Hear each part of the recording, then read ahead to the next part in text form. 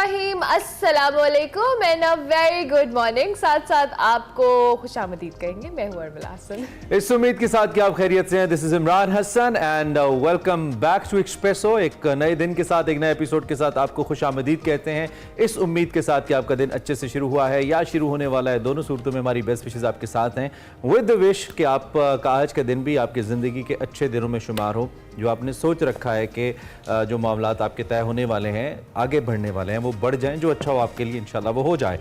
मुसलसल हम स्टार्ट कर रहे हैं। दो ही चीज़ें हमारे पास अहम होती हैं, लेकिन क्रिकेट से जब से हमारी टीम निकली है हमारी दिलचस्पी भी खत्म हो गई है। तो हम क्रिकेट से आज स्टार्ट नहीं करेंगे, बात करेंगे क्रिकेट पे, स्टार्ट नहीं करेंगे। स्टार्ट हम लाहौर से करेंगे और लाहौर में स्मॉग से करेंगे। स्मॉग है जी, स्मॉग इतनी ज्यादा है कि लाहौर दुनिया के आलूदा तरीन शहरों में आज भी सरे फहरिस्त है। लाहौर का एयर क्वालिटी इंडेक्स 400 रिकॉर्ड किया गया है, जबकि दिल्ली जो है 354 पॉइंट्स के साथ दूसरे नंबर पे है, जबकि कराची 5वें नंबर पे है। दूसरी जानिब आपको पता है कि लाहौर हाई कोर्ट ने हफ्ते के रोज तालीमी इदारे बंद करने का हुक्म दे दिया और दफातर में 2 रोज वर्क फ्रॉम होम की पॉलिसी बनाने की भी हिदायत की है। आई वंडर हम करेंगे वर्क फ्रॉम होम? हमें तो I wish work from home करने के साथियों के लिए, बेचारे डॉक्टर्स के लिए। देखिए हमारे लिए कहाँ होता है, इवन पुलिस वालों के लिए वर्क फ्रॉम होम नहीं होता है। We have to be in the field. इसलिए हमारे जो डिपार्टमेंट्स हैं, हमारे शोबे बड़े डिमांडिंग होते हैं। लोगों को समझने की जरूरत है, हमें हमदर्दियाँ चाहिए थोड़ी आपकी। खैर जी, लाहौर हाई कोर्ट का जो डीजी माहौलियात हैं उनको फौरी तब्दील करने का हुक्म भी सामने आया है। उसके अलावा हाई कोर्ट ने गुजरांवाला, शेखुपुरा और हाफिजाबाद के भी डिप्टी कमिश्नर्स को तब्दील करने की हिदायत कर दी है। मुअज़्ज़ज़ अदालत के इस फैसले के हवाले से ये भी सोचना पड़ेगा कि क्या तब्दीली से ये मसला हल होगा। बहरहाल अगर मुअज़्ज़ज़ अदालत ने ये फैसला दिया है तो इस पर अमल दरामद के बाद लेट्स सी कि कितनी तब्दीली आती है और किस हद तक कमी होती है। वैसे जिस दिन दफ़ा 144 नाफिज किया गया था लाहौर में और ट्रैफिक वगैरह बंद थी, उसी दिन बड़ी ज़बरदस्त किस्म की बारिश भी हो गई थी। तो समबडी वाज क्रिटिसाइजिंग कि पहले आप वेदर फोरकास्ट तो देख लेते। आपने ट्रैफिक उस दिन बंद की, ऑफिस उस दिन बंद किए जिस दिन वैसे ही बारिश हो गई, स्मोक कम हो गई। तो आप अगर थोड़ा सा एक दिन और डिले कर लेते, किसी और दिन ये कर लेते, तो शायद इकोनॉमिक एक्टिविटी भी हो जाती और बारिश का भी एलिमेंट हो जाता। बहरहाल जी, स्मोक बहुत ज़्यादा है और अगर आप लाहौर के अंदर मौजूद नहीं हैं तो हम आपको बताएं कि आपको बाकायदा तौर पर आसमान इस वक्त ग्रे नज़र आता है, काइंड ऑफ डार्क ग्रे नज़र आता है। और वो ओबियसली फोग नहीं है, वो बहुत डेंस किस्म की पोल्यूशन है जिसने घेर रखा है पूरे शहर को। और बिलीव इट और नॉट, आप फॉर अ सेकेंड और टू आप शीशा खोले गाड़ी का, आपको खांसी शुरू हो जाती है। इस हद तक ज्यादा है एग्जैक्टली। स्मॉग ज्यादा होने के साथ साथ बारिश के बाद भी दो के इसका इम्पैक्ट काफी अरसा, कुछ दिन बल्कि इनफैक्ट 1-2 दिन कम रहा, बट स्टिल वो जो डेंस किस्म की फोग है वो अभी भी आपको नजर आती है। इनफैक्ट इट्स स्मॉग और ये सारी चीज़ें जो है ना, ऑब्वियसली आपकी सेहत पे, आपकी दीगर मामलात पे भी असरअंदाज होती है। जो विजुअल्स भी आप देख रहे हैं, ये भी ताज़ा तरीन विजुअल्स हैं जो आपको सुबह अगर आप ऑफिस जा रहे थे या घरों से निकले हैं बच्चों को स्कूल छोड़ने, तो आपको ये जो डेंस किस्म की स्मॉग है वो आप फील कर सकते हैं। तो मेक श्योर मास्क का इस्तेमाल करें और गैर ज़रूरी तौर पर घर से ना निकले अगर आपकी कोई मजबूरी है। जी बिल्कुल। और क्रिकेट की खबर भी जरूरी है, because cricket we bleed green when you know somehow we win. लेकिन जब हम हारते हैं तो हमारा खून सफेद हो जाता है। जो क्रिकेट का और हमारा ताल्लुक है ना, उसका खून सफेद हो जाता है। भाई वर्ल्ड कप में आपको मालूम है पाकिस्तान की टीम बुरा खेली, बॉलिंग सबसे ज्यादा बुरा खेली और इस बुरी कारकर्दगी के बाद जो मैनेजमेंट है और टीम है, इस पर बड़े पैमाने पर तब्दीलियों की लहर चलना शुरू हो चुकी है। हम तो यही कहेंगे, जो कि पाकिस्तान में यही होता है। फिर बड़े बड़े टूर्नामेंट्स हम हार जाते हैं, फिर फेसेस तब्दील होते हैं, system remains the same and nothing changes. इस वक्त भी कुछ बड़े फैसले सामने आ रहे हैं। फिलहाल इस शिकस्त खुर्दा टीम की जो पहली बड़ी ईंट है इस दीवार की, वो सिरक गई है और वो है बॉलिंग कोच मोने मौकल। उन्होंने अपने ओहदे से इस्तीफा दिया है। जून से एंगेज हुए थे, आई रिमेंबर, 6 महीने के लिए पाकिस्तान क्रिकेट बोर्ड के साथ। तस्दीक कर दी गई है कि साबिक प्रोटी पेसर ने इस वजह से कि वो मुख्तलिफ लीग्स के अंदर अब मसरूफ होने जा रहे हैं, योदा छोड़ दिया है। माशाल्लाह पाकिस्तान को वर्ल्ड कप में बिल्कुल किसे क्या कहते हैं वो, खुडे लाइन लगाने के बाद वापस जा रहे हैं और दौरे ऑस्ट्रेलिया तक। बहरहाल मोनी मोकल को पाकिस्तान टीम के साथ काम करना था। अब उन्होंने जब हालत देखी है कि टीम की हुई क्या है, तो उसके बाद उन्होंने ये रिजाइन करने का फैसला किया है। उमर गुल के हवाले से खबरें हैं कि उनको बॉलिंग कोच बनाया जा सकता है। इससे पहले उमर गुल अफगानिस्तान की टीम को कोच कर चुके हैं और अफगान टीम ने बड़ा बूस्ट किया था उमर गुल के जाने के बाद। और लेकिन उमर गुल से जब एक टीवी इंटरव्यू में पूछा गया कि उमर गुल साहब आपको पता है कि आप बॉलिंग कोच बन रहे हो, उन्होंने कहा मैंने तो सोशल मीडिया पे देखा है अभी तक। और भाई ने कहा जी हमें मुझे रिपोर्टेडली अभी कोई ऑफिशियली राब्ता नहीं हुआ, बट अगर बनाया जाएगा तो उमर भाई बनेंगे definitely. He is a very good bowler, he is a very good choice as well I must say. अब हम जैसे इंटरनेशनल कोचेस को ना लाने की बात करते हैं, वहीं एक साइड पे अगर आपके अपने नेशनल इतने अच्छे साबिक कप्तान के साबिक प्लेयर मौजूद थे तो मेरे ख्याल में कप्तान भी रहे हैं उमर गुल, आई एम नॉट श्योर।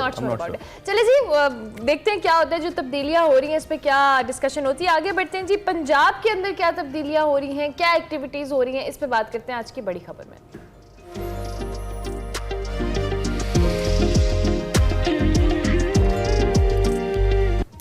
जी तो तब्दीली की बात रमला हसन फिर कर देती हैं, सुबह सुबह परेशान हो जाते हैं, फिर हमें डर लगना, भाई तब्दीली से डर लगता है। टर्म वैसे ना थोड़ी वो हॉन्ट करती है आपको। मौसम वैसे बदल रहा है मुल्की सियासत का और नया मंजरनामा भी सामने आ रहा है। आज की बड़ी खबर लीगी कायद नवाज शरीफ साहब का दौरा बलोचिस्तान है, क्वेटा जा रहे हैं अपने छोटे भाई फॉर्मर प्राइम मिनिस्टर शहबाज शरीफ साहब के साथ। इस वक्त जो उनकी वापसी है उसके बाद हालात बदले हैं सियासत पर, खासतौर पर नून लीग की सियासत पर छाई धुंध आहिस्ता आहिस्ता खत्म हुई है, फिजा साफ हो रही है। नून लीग विफाक में अब 2/3 अक्सरियत के ख्वाब दावे कर रही है, ख्वाब देख रही है, दावे कर रही है। पीपल्स पार्टी नून लीग का 2018 में आपको मालूम है तहरीक इंसाफ से मवाजना कर रही है और अब नवाज शरीफ को लाडला एंड देन लाडला प्लस कल करार दिया बिलावल साहब ने। उन्होंने कहा जी ये किंग्स पार्टी है, हालांकि माजी को अगर हम देखें तो इससे मुख्तलिफ है। किंग्स पार्टी फॉरवर्ड ब्लॉक या किसी दूसरे जमात के ग्रोह को कहा जाता था कि जी किंग्स पार्टी है जिसमें इलेक्टेबल्स शामिल हो जाते थे and all that, you remember that right. So मुल्की सियासत में फिर उसका किरदार बढ़ जाता था उस पार्टी का। मुझे ऐसा लगता है कि इस दफ़ा जो किंग्स पार्टी बनाने की कोशिश तो हुई है लेकिन वो किंग्स पार्टी वाला गुब्बारा है उसमें हवा भर नहीं पा रही, भरी नहीं जा पा रही, ये भी कह सकते हैं। तो पता नहीं पीपल्स पार्टी ने बहरहाल कल एक अच्छा पावर शो थर के अंदर किया पीपल्स पार्टी ने। बिल्कुल, मगर अब सूरत हाल कुछ मुख्तलिफ नजर आ रही है। मुल्क की बड़ी सियासी जमात नून लीग किंग्स पार्टी का लकब पा रही है। मुस्लिम लीग नून के कायद इस टैग को मिटाने और नया बयानिया बनाने के लिए पार्टी को हिदायत कर चुके हैं। ये बयानिया क्या होगा इस पर भी बात करेंगे और साथ साथ बात करेंगे कि मुस्लिम लीग नून ने जो सियासी गढ़ है पंजाब, इसके बाद बलोचिस्तान का एज इमरान सेट स्टार्ट में रुख कर लिया है। बलोचिस्तान का जो बदलता सियासी मौसम है मुल्क की सियासत में अहम किरदार जो करे वो अदा भी करेगा और अख्तियार भी करेगा।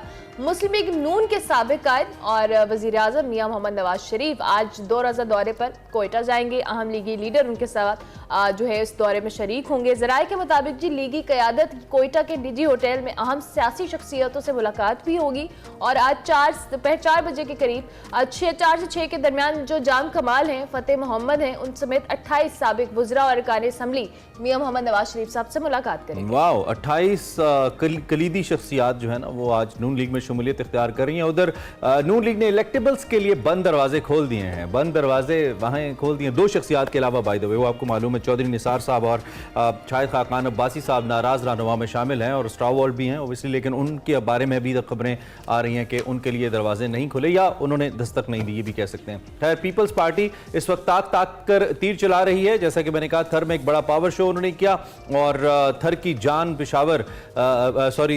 बिलावल, कल ये ट्रेंड चल रहा था और इलेक्शन के नताइज से लेकर कमरे में बैठकर तैयार करने और पीटीआई की तरह जीत के ख्वाब देखने वाली पाकिस्तान महंगाई लीग को अवाम 8 फरवरी को शिकस्त देंगे। महंगाई लीग से मुराद बिलावल साहब की नून लीग है और उन्होंने कहा जी हम वोट की सूरत में, शिकस्त की सूरत में इनफैक्ट अवाम जवाब देंगे। बिलावल ने यह भी दावा किया कि जरदारी की मेहनत से चंद माह के लिए वजीर आजम बन सकता है, तो अब की बार जरदारी की मेहनत से ज्याला ही वजीर आजम बनेगा और वजीर आला होगा। और साथ साथ उन्होंने कह दिया कि मैं अपनी थर की कारकर्दगी पर पूरे मुल्क में इंतखाब लड़ सकता हूँ। अच्छा? बड़े बड़े दावे कल बिलावल साहब ने किए और वैसे कल की बात जो थी ना बड़ी उनकी थोड़ी मुझे अलार्मिंग सी भी लगी समहाउ फॉर द पार्टी, जिसमें उन्होंने कहा कि तो 8 फरवरी को पता लगेगा कि हुआ क्या है, क्या होगा। चले हम अभी पता लगाने की कोशिश करते हैं कि जो 8 फरवरी के हवाले से कह रहे क्या होगा। शौकत पराची साहब हमारे साथ मौजूद हैं, सीनियर तज्जियाकार भी हैं, सहाफ़ी भी हैं। बहुत शुक्रिया शौकत पराची साहब कि आपने हमें ज्वाइन किया अर्ली इन द मॉर्निंग।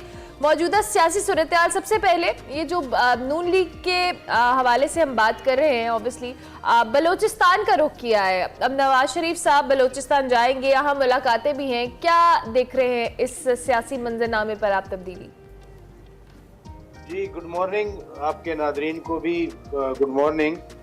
बंदरनामा तो एक बना हुआ है मुल्क में, और अगर वही इलेक्टेबल जो है, जाम कमाल साहब की आपने बात की, जाम कमाल साहब मियां नवाज शरीफ के साथ वो वजीर थे, वजीर ममलिकत थे, फिर उन्होंने छोड़ा, फिर अचानक वो बाप बन गई थी पार्टी, वो उसमें चले गए, बाप में वो वजीर आला बने, फिर बाप ही उनके खिलाफ हो गई और उनको वजीर आला से हटा दिया गया। तो बलूचिस्तान में जाना या सिंध में जाना या पख्तूनख्वा में जाना सबका हक है, सब लीडर्स का। आप बलूचिस्तान की अगर आप कंपोजिशन देखें, 16-17 सीटों के साथ बलूचिस्तान आपको 2/3 अक्सरियत तो नहीं दे सकता। लेकिन हैविंग सेड दैट ये जो मियां साहब एक इम्प्रेशन दे रहे हैं कि सिंध में भी उनका इत्तेहाद हो गया MKM के साथ या GDA के साथ, मैं बात कर रहा हूँ, फिर बलूचिस्तान में भी इतने सारे इलेक्टेबल्स, अब फतेह मोहम्मद असली साहब, वो भी कभी पीपल्स पार्टी में थे, वो पीपल्स पार्टी की काबीना में वजीर भी थे, फिर उन्होंने छोड़ा दूसरी पार्टी में, अब वो अगर आज मियां साहब को ज्वाइन करते हैं, ये एक गिमिक जो पॉलिटिकल है उसके लिए बहुत अच्छा है कि हाँ हमारे साथ वो भी हैं। असल देखें ना, मुकाबला होना है पंजाब में कंपटीशन है और कंपटीशन बहुत सख्त होगा। जो पंजाब को विन करेगा वो 2/3 या 7 अक्सरियत जो भी करें। अभी सिर्फ जो अभी आप बिलावल की बात कर रहे थे, बिलावल भुट्टो जरदारी साहब की, सिर्फ सिक्योर है तो सिंध है। सिंध की जो सीटें पीपल्स पार्टी की हैं वो अपनी जगह बरकरार हैं। बाकी पंजाब तो इंतहाई अनसर्टन है, उसमें PTI भी है, किंग्स पार्टी, पता नहीं किस पार्टी को अब किंग्स पार्टी कहा जाएगा।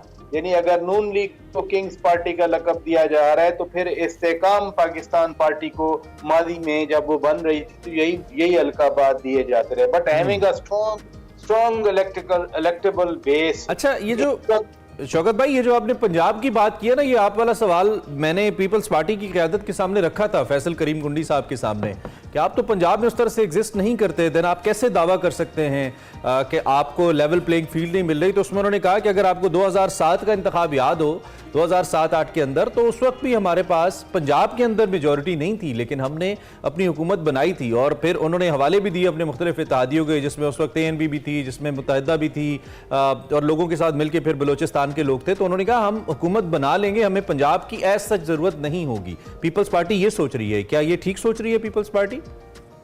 देखिए, मैंने आपसे बात की कि सिंध की जो बेस है पीपल्स पार्टी की वो तो स्ट्रांग है। पंजाब में उनको जो कुंडी साहब जिस कॉन्टेक्स्ट में बात कर रहे हैं, अगर मैं सही समझूं तो पंजाब में कोई 25-30 सीटें उनको चाहिए। वो 141 में अगर वो 30-35 सीटें निकाल जाते हैं फिर तो बिल्कुल कुंडी साहब का दावा दुरुस्त है। लेकिन ये 30-35 सीटें कहां से आएंगी? असल सवाल ये है कि क्या कुछ ऐसे इलेक्टेबल हैं पंजाब में जो पीपल्स पार्टी को ज्वाइन कर सके। मसलन जो पिछली असेंबली थी, 3 MNAs थे रहीमयार खान से, 3 MNAs थे मुजफ्फरगढ़ थे, और फिर पीपल्स पार्टी की ट्रेन चली तो राजा परवेज अशरफ गुजर खानदान रावलपिंडी में आके रुकी। 7 टोटल उनके पास MNAs थे। कुछ अनफेयर भी हुआ, जैसे मखदूम फैसल साले आजाद साहब जीत चुके थे 2018 का इलेक्शन, लेकिन उनको फिर रिजल्ट रोक के, RTS की बात नहीं कर रहा, रिजल्ट रोक के उनको हरवाया गया। तो अगर पीपल्स पार्टी कोई 30-35 सीटें ले गई तो फिर तो कुंडी साहब की बात दुरुस्त है। लेकिन मेरा भी सवाल पीपल्स पार्टी के दोस्तों से यही होता है कि आपको पंजाब में और मजीद काम करना है। 141 इज अ ह्यूज स्ट्रेंथ। अब उस दिन मैं पहले आपसे बात कर रहा था, PTI अपनी दावेदार है, इस्तेकाम पाकिस्तान पार्टी अपनी दावेदार है, PMLN समझती है कि पंजाब है उसका।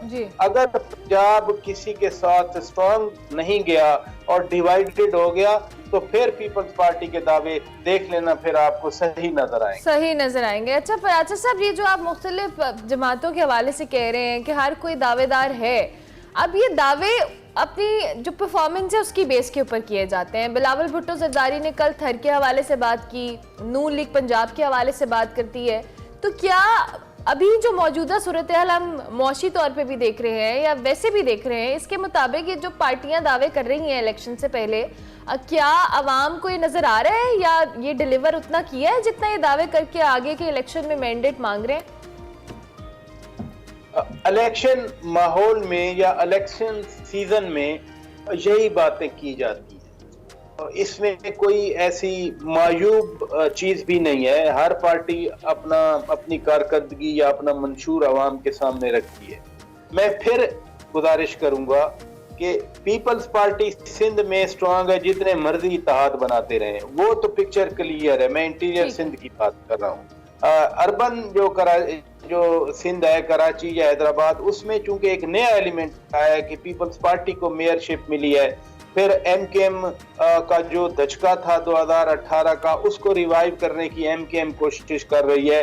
वो पिक्चर अभी बाकी है, उसके बारे में अभी लेकिन अभी आपको नहीं लगता कि पीपल्स पार्टी वही पॉलिटिक्स कर रही है जो इससे पहले तहरीक इंसाफ करती रही है? पिछले इंतखाब से पहले सिलेक्टेड का नारा, लाडला प्लस का नारा, और तकवीयत दे रही है इस तासुर को कि जो आने वाला इंतखाब है वो भी साफ और शफाफ नहीं है। आपको याद होगा हर इलेक्शन से पहले जो साबका वज़ीर आज़म चेयरमैन तहरीक इंसाफ थे, वो भी किसी कलीदी ओहदेदार को मुतनाज़े बना देते थे, जिसमें चीफ इलेक्शन कमिश्नर भी शामिल है, ताकि अगर बाद में कोई बात हो तो वो ये कह सके कि मैंने तो पहले ही कहा था। तो ये पीपल्स पार्टी ने अब जो सिलसिला शुरू किया, ये भी उस सिलसिले की एक कड़ी लगती है कि हमने तो पहले ही कहा था। यानी कि अब अगर पीपल्स पार्टी ही जीते तो इंतखाब ठीक होंगे। अगर नून लीग जीत गई और जेन्युइन इलेक्शंस के बाद जीती, उसके बाद भी पीपल्स पार्टी कह सकती है कि हम तो पहले ही कह रहे थे जी मैच फिक्स है। तो इस तासुर से फिर कैसे निकलेंगे? या पहले तहरीक इंसाफ ये कह रही थी, अब पीपल्स पार्टी भी कह रही है, तो एक जमात एक साइड पे और दो जमातें एक साइड पे। 85 के इलेक्शन नॉन पार्टी लड़के पीपल्स पार्टी को एक सबक हासिल हुआ कि इलेक्टरल रेस से बाहर नहीं रहना, आपने मैदान में रहना है जो भी होगा।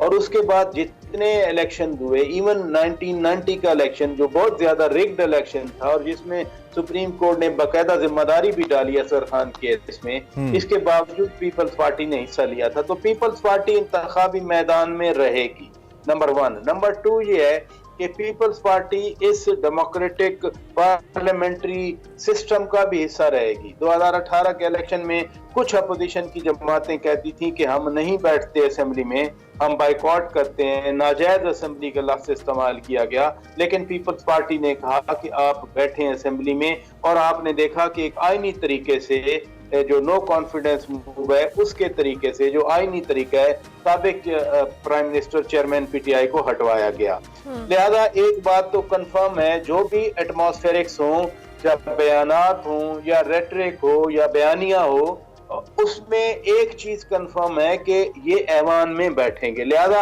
अब हम अगली बात करते हैं कि ऐवान में बैठेंगे तो ऐवान की कॉम्पोजिशन क्या होगी। वो पंजाब वाली बात थोड़ी सी अगर मुझे करने दें, तो पंजाब का फिनोमिनन बयानिया हो, मुख्तलिफ लोग शामिल हो, लेकिन जो कारकर्दगी से बढ़ के पंजाब में इलेक्टेबिलिटी का जो एक फिनोमिनन है, बाअसर फैमिलीज हैं, बाअसर लोग हैं, अपने अपने हलकों में वो 100 साल से, 70 साल से, 50 साल से पॉलिटिक्स कर रहे हैं। तो वो इलेक्टेबल सारे इस वक्त नजर आ रहा है, वो तो इस्तेकाम पार्टी में चले गए, यानी जो अदर देन नून लीग थी।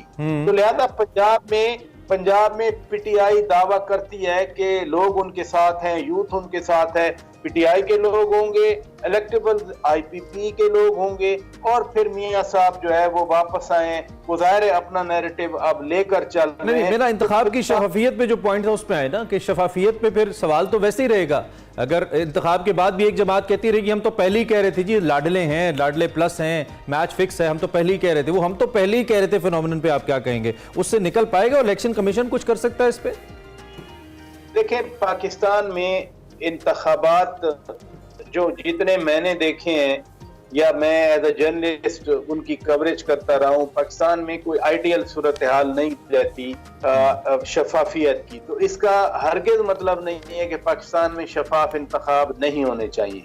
देखिए ना, जब एक प्रोसेस ओवरऑल आगे बढ़ रहा होता है, उस प्रोसेस की कोई अगर स्ट्रेंथ होती है तो वीकनेसेस भी बहुत होती हैं। और अनफॉर्चुनेटली पाकिस्तान के इंतखाबी अमल पर हमेशा ही एक क्वेश्चन मार्क रहा है, और इस दफा भी रहेगा, इसमें तो कोई शक नहीं।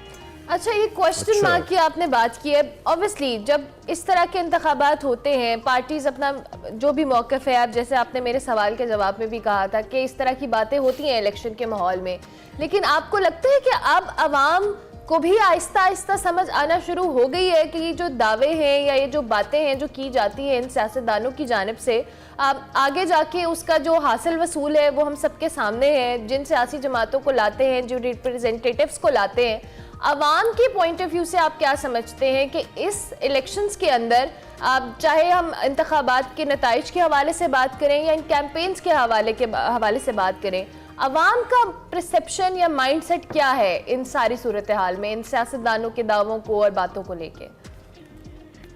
दो पहलू हैं आपके सवाल के। नंबर 1 के अवाम तो महंगाई के लिए चीख रहे हैं ना। अब तो यानी ये बात करना भी बड़ा अजीब लगता है कि जी महंगाई है मुल्क में। अब तो महंगाई का पहाड़ है पाकिस्तान के अवाम के ऊपर, तो वो राइटली पाकिस्तान के अवाम का ग्रीवेंस है, रज है। दूसरी बात जो प्रैक्टिकल, इक्वली प्रैक्टिकल है, वो ये भी अपनी जगह पे बरकरार है कि ऑप्शंस क्या हैं। बस तीसरी जमात बनी थी पीटीआई, और उसमें भी वही लोग जो जिनको दुपट्टे पहनाए जाते थे, सो कॉल्ड, हर दूसरी जमात को तोड़ के इधर बंदे ला। और फिर चेयरमैन पीटीआई ने कहा भी था, इमरान हसन साहब, आपको याद होगा, कि मैं फरिश्ते तो नहीं ला सकता। अब वही जो अब वही बटेरे थे, वो बटेरे दूसरी जगह पे चले गए। तो लोग तो यही रहने हैं। मसलन मैं अगर आप पिंडी की किसी भी नशिस्त की बात करें तो वही लोग अभी भी फिर रहे हैं ना। बाहर वाले कहाँ से आएंगे? लेकिन अच्छा, इस सियासी अमल का भी लोग, पाकिस्तान के लोग हिस्सा रहते हैं। ये भी पाकिस्तान के लोगों की हिम्मत की दाद देनी चाहिए। आखिर में मैं इस बात पे आज पता नहीं क्यों वाला सुबह इस बात को सोच रहा था कि तमाम जमातें पॉलिटिकल मोड के अंदर तो चली गई हैं, लेकिन ना तो कोई जमात अपनी कोई मौशी पॉलिसी सामने लेकर आ रही है। एहसन इकबाल साहब की एक स्टेटमेंट कल मैंने बहरहाल पढ़ी, उन्होंने कहा कि हम मौशी इस्लाहत ऐसी करेंगे कि मुल्क को दोबारा ट्रैक के ऊपर लेकर आएं। लेकिन 70% नौजवान हैं इस वक्त जो एक्टिव। दो जमातें हैं, पीपल्स पार्टी एंड नून लीग, इसके अंदर कोई नौजवान लीडरशिप कम से कम मुझे तो नजर नहीं आती, अदर देन बिलावल साहब इन पीपल्स पार्टी। लेकिन नीचे जितने भी लोग चल रहे हैं या टीम है उनकी, वो आपके सामने है। तो और दूसरी जानिब जो मुआशी पॉलिसीज बनाने वाले लोग हैं, पीपल्स पार्टी ने तनकीद भी की है नून लीग पे ये लेकर के आप अपने रिश्तेदारों को कस्टोडियन बना देते हैं, उनको आगे ले आते हैं। तो आपको नहीं लगता कि इनिशियली इस कैंपेन के अंदर पार्टीज को कोई नए नौजवान चेहरे, कोई नए लोग और अपनी मुआशी पॉलिसी आवाम के सामने रखनी चाहिए, उस पर कन्विंस करें? क्योंकि एक दूसरे पर तनकीद करके तो कोई पार्टी किसी को किसी के खिलाफ आज तक नहीं कर सकी, प्रैक्टिकली स्पीकिंग। एक तो मंशूर अभी बन रहा है नून लीग का। आपको मालूम है कि सेनेटर साहब की, सिद्दीकी साहब की सरबराही में एक मंशूर कमेटी बनी है। लेकिन पीएमएलएन की अगर बात की जाए तो मुआशी हवालों से, डेवलपमेंट हवालों से वो समझते हैं कि उनके पास वो नेसेसरी विजन भी है और उनके पास वो एक्सपर्टीज भी है, जिसकी बुनियाद पर मियां साहब जब भी आज भी बलूचिस्तान में तकरीर होगी तो लिख लें, वो कहेंगे हमने मोटरवेज बनाया, हमने शाहराहें बनाई, हमने टनल्स बनाई, हमने ऑरेंज ट्रेन बनाई। जो भी उनकी कंट्रीब्यूशन है, उनकी पार्टी की कंट्रीब्यूशन है, वो तो कहते हैं। पैराडॉक्स ये भी है कि एक 70 साल का शख्स वो यूथ कहलाता है अपने आप को, और एक 35 से कम या 35 साल का नौजवान, उसको हम कहते हैं कि वो यूथ नहीं है। तो ये भी पैराडॉक्स है पाकिस्तान की पॉलिटिक्स में। सेलिंग स्किल्स है ना sir. These are selling skills, how you sell your narrative. So youth और एल्डरली विजडम जो है उनके मिक्स से आगे बढ़ना होता है।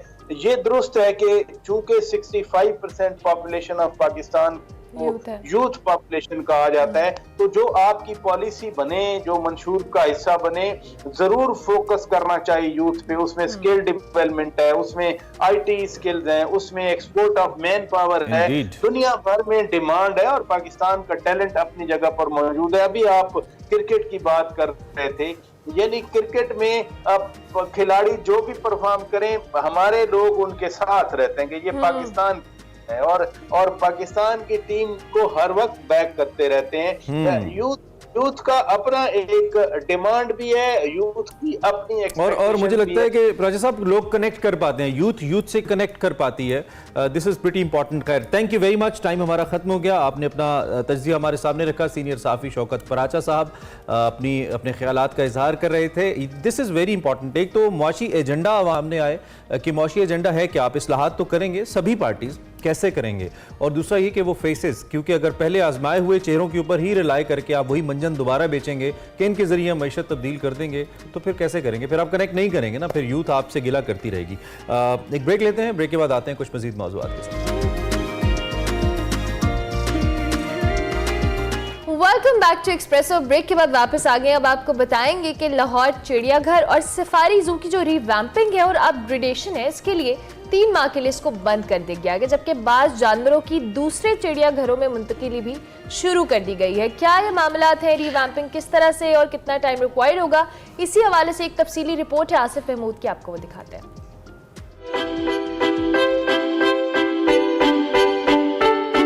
लाहौर चिड़ियाघर और रायबंद रोड पर कायम सफारी जू को आलमी मियार से हम आहंग करने का फैसला। तमीराती काम की वजह से चिड़ियाघर और सफारी पार्क 31 जनवरी तक बंद रहेंगे। शहरी जहां चिड़ियाघर और सफारी पार्क की बंदिश पर अफसूता हैं, वहीं उनकी अपग्रेडेशन और नए जानवर लाए जाने की खबरों से मुतमईन भी हैं। अगर ये 3 माह के लिए जो इंतजामात के लिए इन्होंने बंद किया, अगर ये इंतजामात अच्छे होते हैं तो हमारे लिए बहुत खुशाइन होगा और हमें और मौका मिलेगा और चीज़ें और जानवर देखने का। आज हम अपने घर वालों को इधर घुमाने के लिए लेकर आए थे, तो हमें वो दरवाजे आगे से बंद मिले हैं, लेकिन ये है कि 3 महीने के बाद अगर ये लोग इसके अंदर कुछ बेहतर सहूलियात दे दें, नए जानवर लेकर आएँ, तो ये सबके लिए बहुत बेहतर हो जाएगा और बच्चे जब इधर आएंगे तो वो देखकर ज़्यादा खुश होंगे। चिड़ियाघर और सफारी पार्क इंतजामिया के लिए सबसे अहम मसला नायाब नस्ल के जानवरों की दूसरे मकामात पर मुंतकली है। जितने भी जो सेंसिटिव एनिमल्स हैं, जो हमारे बिग मैमल्स में जिनका शुमार होता है, राइनो, हिप्पो, जिराफ, ये सब एनिमल्स लाहौर जू में रहेंगे, क्योंकि इनकी शिफ्टिंग एक पेचीदा काम होना है। इसके अलावा जो बाकी तमाम जानवर हैं उनको Punjab wild life and parks department के जो ज़ेर इंतज़ाम मुख्तलिफ जूज़ और पार्क हैं उधर शिफ्ट किया जा रहा है। इस चीज़ को यकीनी बनाया जा रहा है कि जो शिफ्टिंग है वो सेफ़ और साउंड तरीके से हो। मंसूबे के तहत चिड़ियाघर और सफारी जू में 11 मुख्तलिफ इक़साम के नए जंगली जानवर और परिंदे भी लाए जाएंगे। ई टिकटिंग होगी, आप ऐप के थ्रू भी बुक कर सकेंगे अपनी एंट्रीज़ को, और फिर आगे जो आपके जो मेन जो जितने भी अंगुलेट्स के केजेस हैं, लेपर्ड और लायंस के केजेस जो हैं, ये सब डेवलप हो जाएंगे और एक बिल्कुल एक नया एक्सपीरियंस होगा जानवरों के लिए भी, जो हमारे यहाँ पे रखे हुए हैं उनके लिए भी नया एक्सपीरियंस होगा और जो हमारे विजिटर्स हैं उनके लिए भी नया एक्सपीरियंस। ज़राफ़ा हम चाह रहे हैं कि लाना, राइनो है, हिप्पो है, ठीक है। इसी तरह से हमारे अफ्रीकन स्पीशीज़ हैं, बहुत सारी हैं, ब्लेस बक हैं, हमारे जो है ना ईलैंड्स हैं। ये ऐसे ऐसे जानवर हैं जो हमारे आज तक यहाँ पर किसी ने देखे ही नहीं हैं।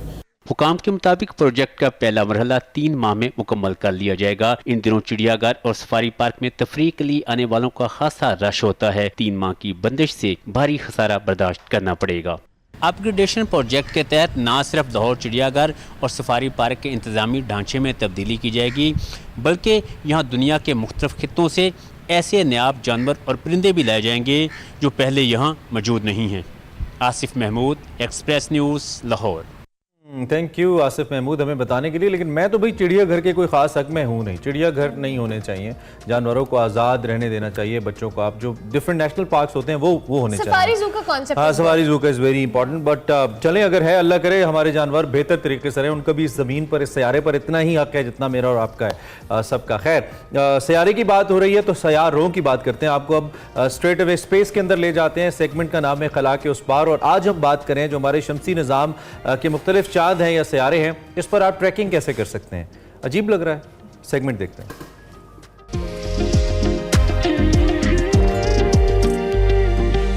अस्सलाम वालेकुम नाज़रीन, मैं वकार अहमद और आप देख रहे हैं खला के उस पार। खला के उस पार ट्रैक्स भी होते हैं। आपको मालूम है कि यहाँ पे माउंटेनियर्स जो हैं या स्पेशली जो ट्रैकर्स हैं वो पहाड़ों में जाते हैं या सहराओं में जाते हैं और वहाँ पे ट्रैक्स करते हैं, और यही ट्रैक्स जो हैं वो आपको मुयस्सर हैं खला के अंदर भी। ये ट्रैक्स जो आपको खला के अंदर मुयस्सर हैं इनको कहते हैं solar system track. Solar system track का मतलब ये है कि शमसी निज़ाम के अंदर जितनी भी अजसाम हैं उन अजसाम पर आप ट्रैक कर सकते हैं। यानी एक्चुअली जो लोकेशंस हैं और बिल्कुल जो मुख्तलिफ जो स्पेस क्राफ्ट ने तस्वीर ली हैं और जितना अवेलेबल डाटा है अब तक का इंसान को जो मुयस्सर है मुख्तलिफ प्लैनेट्स के हवाले से, मुख्तलिफ अजसाम के हवाले से, वो वहाँ पे रियल वही डाटा है और अब वहाँ पे जाके आप ट्रैक कर सकते हैं। सोलर सिस्टम ट्रैक्स जो है ये आपको मिलते हैं नासा की वेबसाइट पर। और सोलर सिस्टम ट्रैक्स के लिए जब आप वहाँ पे जाते हैं तो आप सेलेक्ट करते हैं जो भी आपकी डेस्टिनेशन है, आप उस डेस्टिनेशन को सिलेक्ट करें। उसके बाद आपके पास ऑप्शंस का एक बहुत अंबार खुल जाता है और आप ट्रैक्स को किस तरह करना है ये आपके पास बहुत सारी ऑप्शंस आ जाती हैं। अब फ़र्ज़ कीजिए कि आपने वीनस सेलेक्ट कर लिया। अब आप जब वीनस पे जाते हैं तो आपने उस वीनस को देखना कैसे है, क्या ना आपने उसको 3D फॉर्म में या ग्लोब की फॉर्म में देखना है। आपके पास जूम की मुकम्मल ऑप्शन मौजूद है, किसी भी पॉइंट पे आप जा सकते हैं, वहाँ से मुख्तलिफ जगहों पे जा सकते हैं। और जो सबसे अमेजिंग चीज़ है वो ये है कि किसी भी जगह पे पॉइंट ए से पॉइंट बी तक आपने डिस्टेंस कैलकुलेट करना है, जिस तरह आप गूगल अर्थ पे अमूमन अर्थ के हवाले से करते हैं। तो ये चीज़ जो है वहाँ पे मुयस्सर है। आप किसी भी प्लानट पे चले जाएँ, शमसी निज़ाम के किसी भी सैयारे पे चले जाएँ, उस सैयारे पे जाके आप कोई से भी 2 पॉइंट्स जो हैं, आपको कोई क्रेटर नज़र आते हैं, कुछ गड्ढे नज़र आते हैं या कोई माउंटेन टाइप चीज़ें नज़र आती हैं, तो आप एक जगह से दूसरी जगह तक अगर आपने डिस्टेंस को मैप करना है तो वहाँ पे टूल्स हैं जिनसे आप ये मेजर कर सकते हैं। तो उस वाले से जब आप वीनस को सामने देख रहे होंगे तो आप ही के एक तरफ ऑप्शन आ रही होगी वीनस ट्रैक्स के नाम से। उस वीनस ट्रैक्स में मुख्तलिफ टूल्स हैं जो कि आप वीनस के हवाले से इस्तेमाल कर सकते हैं। लेकिन जो सबसे अमेजिंग चीज़ है वो है डाटा। और डाटा के हवाले से जितना अवेलेबल डाटा, जिस जगह पे भी आप गए हैं, जहाँ पे भी आप ट्रैक कर रहे हैं, जहाँ पे भी आप सैर कर रहे हैं, जिस प्लैनेट को भी आप स्टडी कर रहे हैं या मुताला कर रहे हैं, उसके हवाले से अब तक का जितना भी डाटा है, वो तस्वीर के हवाले से है, वो तहकीकात के हवाले से है, जितना भी अवेलेबल डाटा है वो डाटा के टैब में वहाँ पे मुयस्सर है। और वहाँ से वो तमाम तहकीक जो है वो आप कर सकते हैं उस प्लैनेट के हवाले से। एक जो बड़ी कमाल चीज़ है वो ये है कि जो इसकी प्रोजेक्शन है, यानी आपने किसी भी जगह पे आपने नॉर्थ पोल पे जाना है उस प्लैनेट के, यानी अगर मैं मार्स पे जाना चाह रहा हूँ या किसी भी प्लैनेट पे जाना चाह रहा हूँ तो नॉर्थ पोल पे जाना है या साउथ पोल पे जाना है, या मैंने उसको 3D ग्लोब की शक्ल में देखना है। और फिर 3D ग्लोब की शक्ल में जब मैं देख रहा हूँ तो मुझे एग्जैक्टली अगर मैं मार्स को देख रहा हूँ तो मुख्तलिफ जगहों पे जहाँ पे वो प्रोब्स उतरी हैं, जहाँ पे वो स्पेस क्राफ्ट उतरे हैं, उन्होंने जो तहकीक की है वो मुझे नज़र आ रहे हैं। और इसके अलावा ये है कि उस स्पेस क्राफ्ट ने अब तक क्या किया है, उसका जो अगेन उससे मुतल्लिका डाटा है, ये तमाम चीज़ें जो हैं ये आपको सोलर सिस्टम ट्रैक्स में नज़र आएंगी। तो अगर आपके बच्चे जो हैं वो सोलर सिस्टम को पढ़ रहे हैं, शमसी निज़ाम को पढ़ रहे हैं, तो उनको 2 चीज़ों से ज़रूर आगाह कीजिए जो कि इसी नासा की वेबसाइट पर अवेलेबल हैं। एक है आइज़ ऑन सोलर सिस्टम और दूसरा जो है solar system tracks. Solar system tracks से वो शमसी निज़ाम में पाए जाने वाले जितने भी अजसाम हैं उन पर जाके हम बाकायदा ट्रैक भी कर सकते हैं, देख भी सकते हैं और उनके हवाले से अब तक की जितनी भी तहकीकात हैं और जितनी भी तस्वीर हैं वो देख सकते हैं। और इसके अलावा भी बहुत सारी ऐसी गेम नुमा चीज़ें हैं, खेल नुमा चीज़ें हैं जो कि एक अट्रैक्शन पैदा करती हैं बच्चों के अंदर, उनके अंदर दिलचस्पी पैदा करती हैं। और ये जो सेगमेंट है खला के उस पार, इसका मकसद भी यही है कि आपके बच्चों के अंदर खलाई साइंस के हवाले से, खला की साइंस के हवाले से ना सिर्फ आगाही पैदा हो, दिलचस्पी पैदा हो, शौक़ पैदा हो। देखते रहिए खला के उस पार।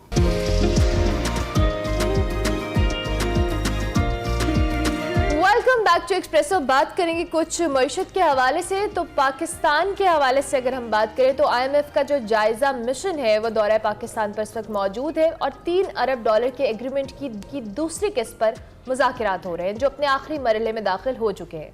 पॉलिसी सतह के मुज़ाकरात के पहले रोज़ खुसूसी सरमायाकारी फैसिलिटेशन काउंसिल की जानिब से ब्रीफिंग दी गई। इजलास में SIFC के जो तहत मुतवक्किल सरमायाकारी है उस पर दी जाने वाली और टैक्सों की रियायत है उस पर भी गौर किया गया। दूसरी जानिब ज़राए के मुताबिक जी आज से पाकिस्तानी हुक्काम और IMF के दरमियान जो पॉलिसी सतह के होने वाले मुज़ाकरात हैं 15 नवंबर तक जारी रहेंगे, जबकि गुज़श्ता रोज़ होने वाले जो पॉलिसी सतह के मुज़ाकरात उसमें निगरान वफाकी वज़ीर ख़ज़ाना शमशाद अख्तर ने जो वफ़द है उसकी सरबराही भी की थी, जिसमें गवर्नर स्टेट बैंक शामिल थे, चेयरमैन FBR थे, वजारत ख़ज़ाना थे, FBR थे, स्टेट बैंक और दीगर जो वजारत तवानाई के जो दीगर हुकाम थे वो भी इसमें शरीक थे। IMF की जानिब से जी मिशन के सरबराह ने वफ़द की क़यादत की नॉर्टन पोर्टो ने और वजारत ख़ज़ाना ने कहा है कि IMF ने अपने मुतालबात और सिफारिशात से आगाह किया है। अगर तकनीकी की सतह के मुज़ाकरात की बात करें तो इसमें IMF के साथ इक़्तिसादी डाटा शेयर किया गया है पाकिस्तान का। पाकिस्तान पहले जायजे की कामयाबी से तकमील के लिए इस वक्त पुरुम्मीद है इन मुज़ाकरात के इस दौर के अंदर। ज़राए का ये भी कहना है कि IMF 415 अरब रुपए का जो सालाना टैक्स का हदफ है वो बरकरार रखने पर रजामंद हो गया है। कल वैसे शमशाद अख्तर साहिबा ने भी कहा था कि हम इसको रखेंगे, हम इसके अंदर कोई तब्दीली नहीं लाएंगे, लेकिन इसमें फिर देखना होगा कि ये कैसे पूरा होगा। ज़रा FBR ने ये भी बताया कि जो निगरान हुकूमत है उसने कोई नया टैक्स ना लगाने का फैसला किया है, नहीं लगाया जाएगा। IMF को आगाह कर दिया गया है।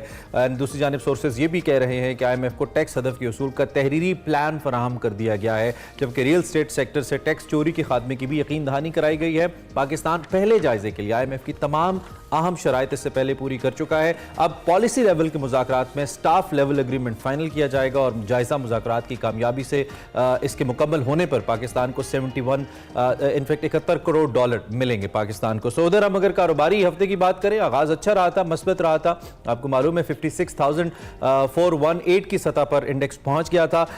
फिर अब क्या सूरत हाल, इस पर भी हम बात करेंगे। हमारे साथ इस वक्त शाद अंसारी साहब मौजूद हैं। आप सीनियर सहाफ़ी हैं, एक्सप्रेस न्यूज़ से वाबस्ता हैं। उनसे ज़रा एक तो कुछ खबर भी ले लेते हैं, उनके पास डेफिनेटली होगी, और फिर कुछ तबसरा भी ले लेते हैं उनका कि वो इन मामलात को किस जानिब जाते देखते हैं। इरशाद भाई, थैंक यू वेरी मच, आपने हमें ज्वाइन किया अर्ली इन द मॉर्निंग। आपको सुबह खैर। सबसे पहले तो आप हमें ताज़ा तरीन खबर दे दें, इत्तलात क्या हैं आपके पास। कल भी मैंने एक बॉडी लैंग्वेज का क्वेश्चन किया था, मैं आपसे भी पूछना चाहूँगा दोनों अतराफ बॉडी लैंग्वेज कैसी है और क्या वाकई पाकिस्तान के जो फाइनेंशियल पाकिस्तान की साइड है वो मुतमईन कर पा रही है IMF के वफ़द को अब तक की मुज़ाकरात के अंदर? जी देखें, बिल्कुल ये जो अभी मुज़ाकरात पॉलिसी सतह के हुए हैं, ये फैसला कुन जो है वो मुज़ाकरात हैं और आलमोस्ट तकमील के मराहल में है। कल इसका जो है वो फाइनल हो जाएगा और उसके बाद तवक्को ये की जा रही है कि मुश्तरका इलामिया जारी कर दिया जाएगा।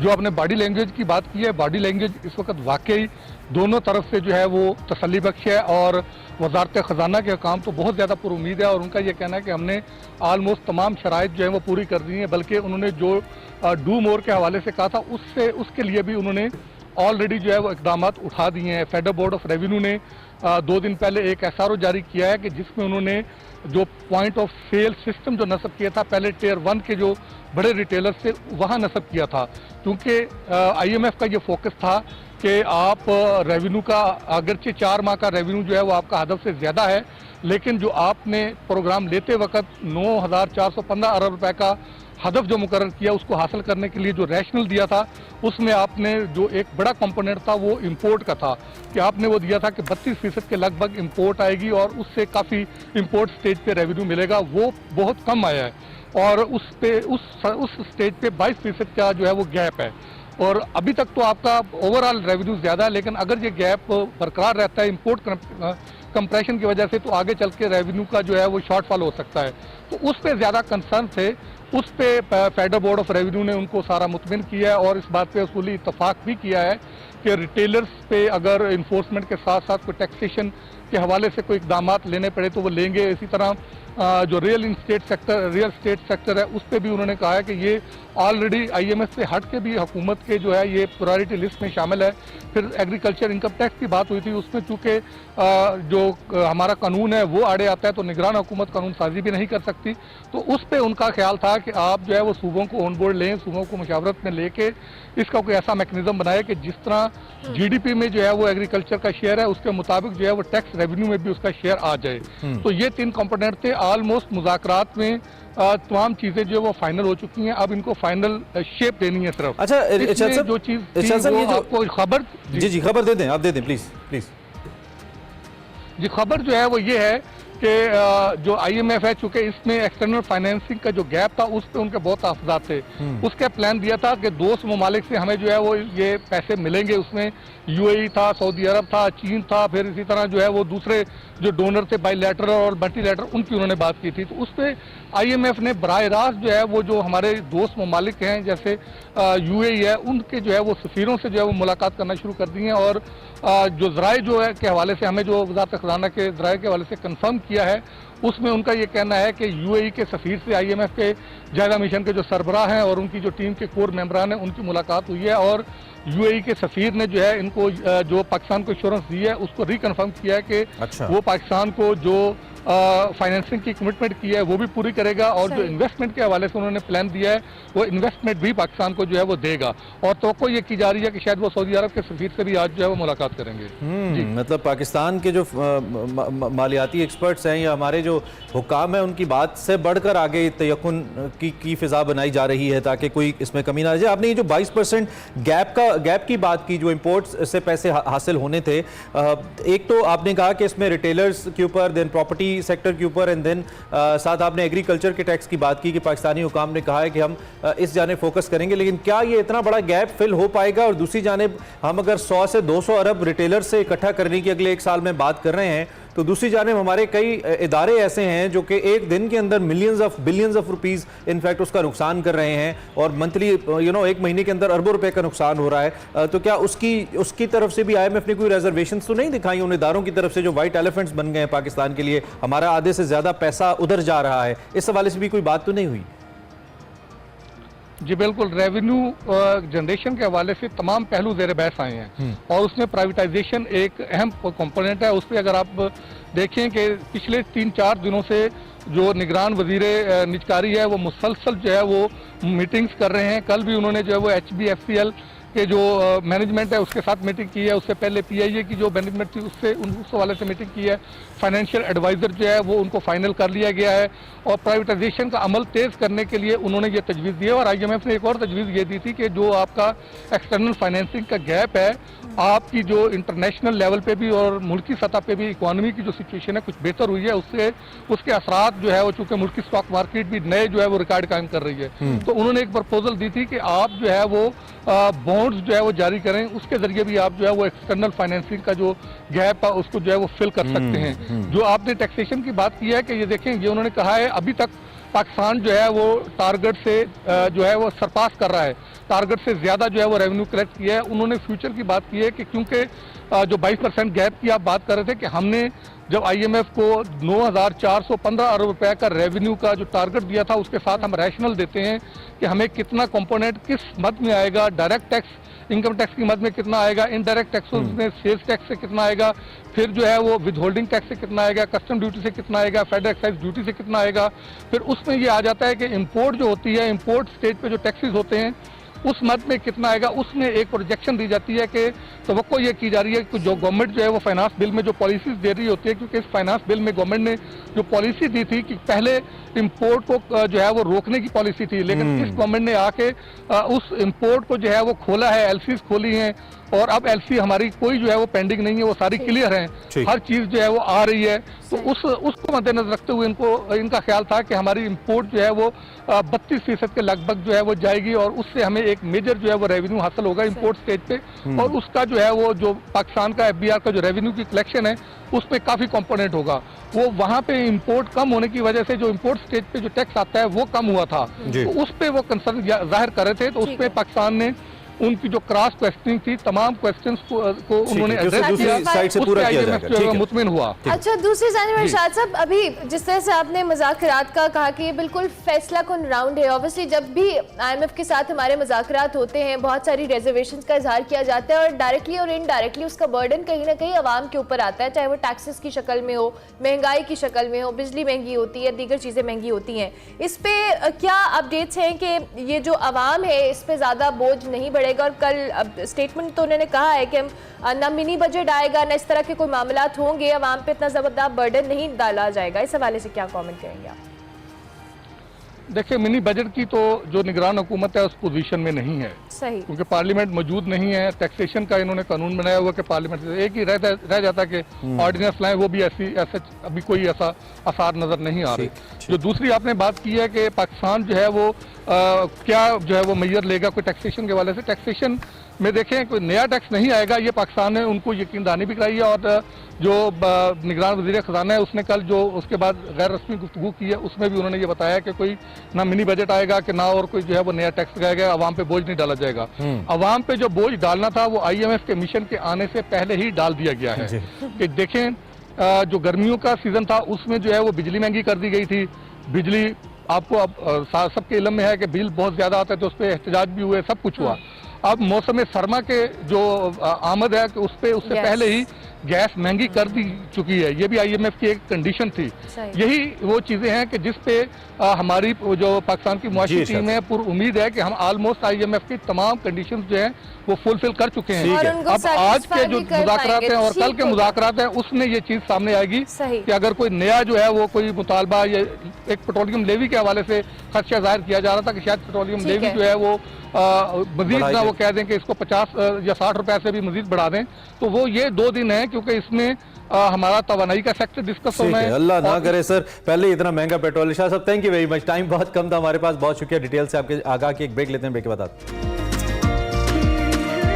Welcome back to Expresso. Program के दूसरे हिस्से को खुश आमदीद कहेंगे। अब आपको दिखाएंगे हमारा सेगमेंट मेरा पाकिस्तान, जिसमें उफेरा फैज आज हमें दिखा रही हैं लाहौर का आखिरी धोबी घाट, रतन चंद धोबी घाट। इस हवाले से क्या उन्होंने हमें दिखाया वहाँ पे, आपको भी दिखाते हैं मेरा पाकिस्तान। धोबी घाट किसी भी इलाके के मुमताज मकामात में शामिल हुआ करते थे।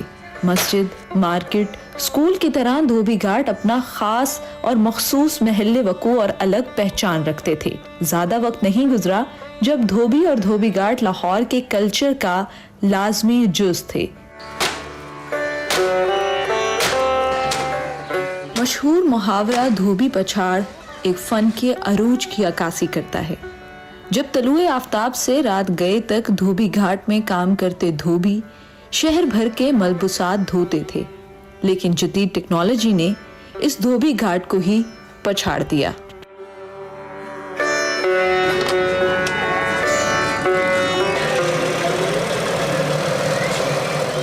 तो आइए जानते हैं कि आज के इस दौर में ये धोबी किस हाल में जीते हैं।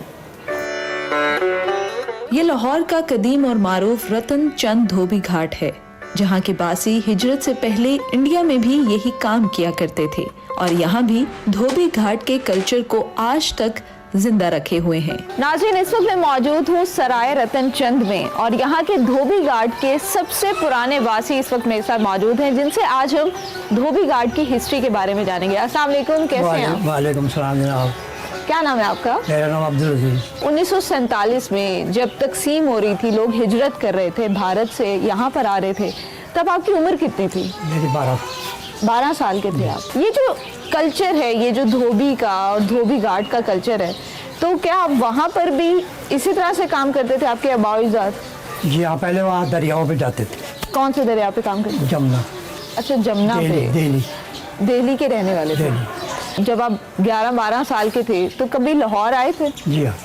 तकसीम से पहले? शादी यहाँ से करके ले गए, वहाँ से आना जाना था पहले। ये धोबी और धोबी घाट का कल्चर कितना पुराना होगा? 100 साल। तो पहले दरियाओं पे जाते, फिर ये धोबी घाट बन गया। ये धोबी घाट पुराना है। ये पहले नहर का पानी आता था, उसमें तालाब था पीछे, उसका पानी पंप लगा हुआ था, उसके जरिए इसमें आता। रतन चंद धोबी घाट, हाँ, ये कितना पुराना होगा? पाकिस्तान बनने से पहले का है। जब आपने ये काम शुरू किया था यहाँ पर आने के बाद, तकसीम के बाद, तब इस काम की तरफ लोगों का काफी ज्यादा रुझान था। तो अब इस काम की तरफ लोगों का रुझान कैसे और किस तरह से आप लोगों की गुजर बसर है? रुझान तो ऐसा है, अगर घर में 4 बच्चे हैं तो मेरे 3 बच्चे नहीं करते, 1 बच्चा करता है। आपके दौर में एक कपड़े की कीमत क्या थी धोबी की? आना 2 आने। और आज क्या कीमत है? 50 रुपये, 100 रुपये भी है, 80 रुपये भी है, अर्जेंट है 100 रुपये।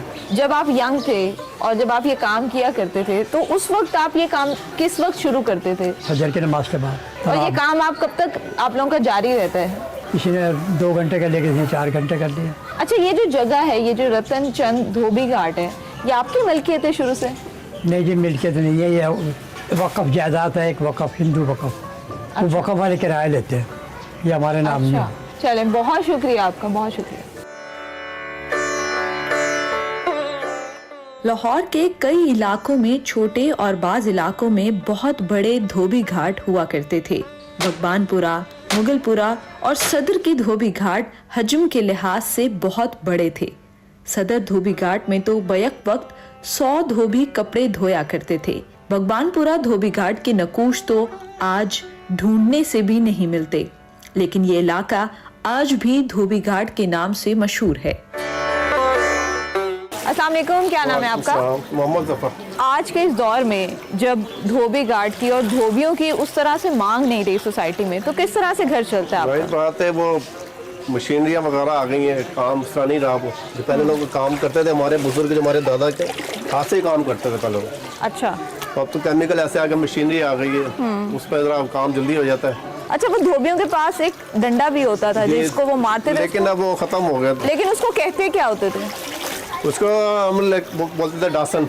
और ये जो धोबी उठा उठा के कपड़े पटकते हैं जी, उसको क्या कहते हैं? इसको बोलते चोट मारना, क्योंकि उससे फिर कपड़े की जो सफाई वगैरह साबुन वगैरह जो साफ हो जाता है उसके लगने से। तो कपड़ों को नुकसान नहीं पहुंचता? नहीं, नुकसान नहीं होता। ये एक आर्ट है, ये बिना एक हमारा फन है। ये भी हम लोगों का बस कोठियों में देकर आते हैं, लेकर आते हैं, वैसे हमारा सिलसिला चल रहा है। आप लोग फिर घरों से जाके लेके आते हैं? मैं जाता हूँ कोठियों में जाता हूँ, लेकर आता हूँ कपड़े। अच्छा, वहाँ से फिर आकर नंबर लगाना। ये कपड़ा हमारे एक मरतबा, ये कपड़ा जो है ना तकरीबन 20 मरतबा मेरे हाथ में आता है।